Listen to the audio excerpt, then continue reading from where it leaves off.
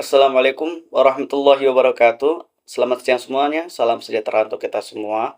Perkenalkan, nama saya Salma Al-Farisi, saya mahasiswa dari program studi Teknik Informatika.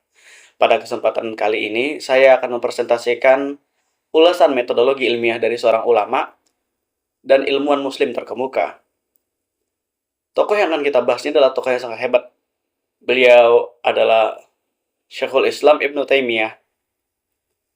Melalui video durasi singkat ini, kita akan melihat bagaimana pemikiran luar biasa beliau dari abad ke-7 Hijriah ternyata masih diadopsi dan menjadi fondasi utama dalam dunia akademisi serta sains modern saat ini.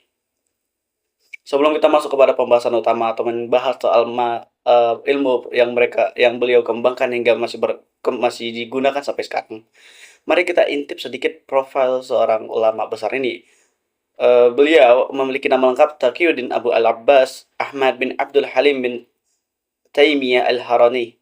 Beliau lahir di Haran, Suriah pada tanggal 10 Rabiul Awal 661 Hijriah atau bertepatan dengan 22 Januari 1263 Masehi.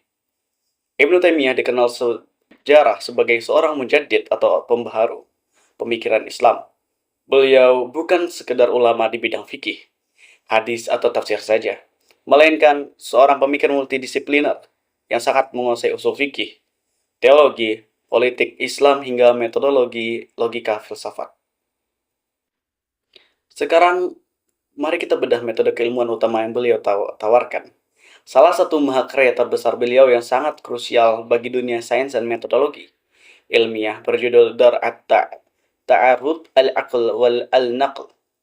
Kitab ini sangat mendalam mengulas tentang harmonisasi antara akal atau rasionalitas dan wahyu, teks keagamaan.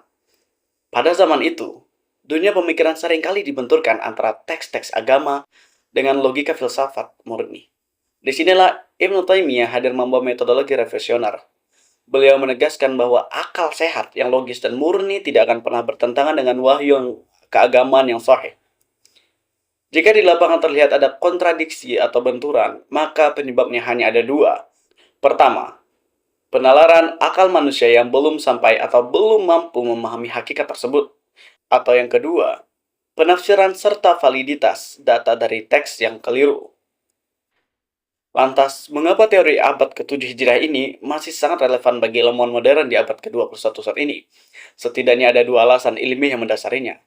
Pertama, dalam aspek berpikir kritis atau critical thinking, metode Ibnu Taimiyah yang menolak fanatisme buta dan mewajibkan verifikasi teks atau riwayat secara ketat.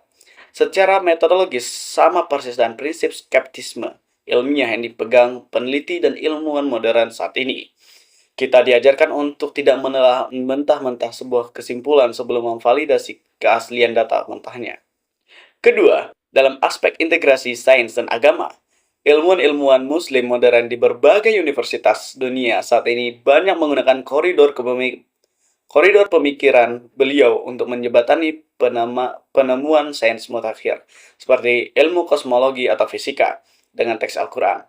Metode ini memastikan bahwa kemajuan teknologi tidak berjalan berlawanan dengan nilai spiritual, melainkan saling menguatkan. Sebagai penutup, saya ingin mengutip nasihat ini dari Ibnu Taimiyah yang saya lampirkan pada poster yang saya buat, yang berbunyi, tidaklah bermanfaat ilmu tanpa diamalkan, dan tidaklah bermanfaat amal tanpa ilmu. Sebagai mahasiswa teknik informatika, prinsip penyelenggaraan logika dan validasi data ini menjadi modal yang sangat membimbing saya dalam memahami struktur berpikir ilmiah. Sekian presentasi dari saya. Terima kasih banyak. Wassalamualaikum warahmatullahi wabarakatuh.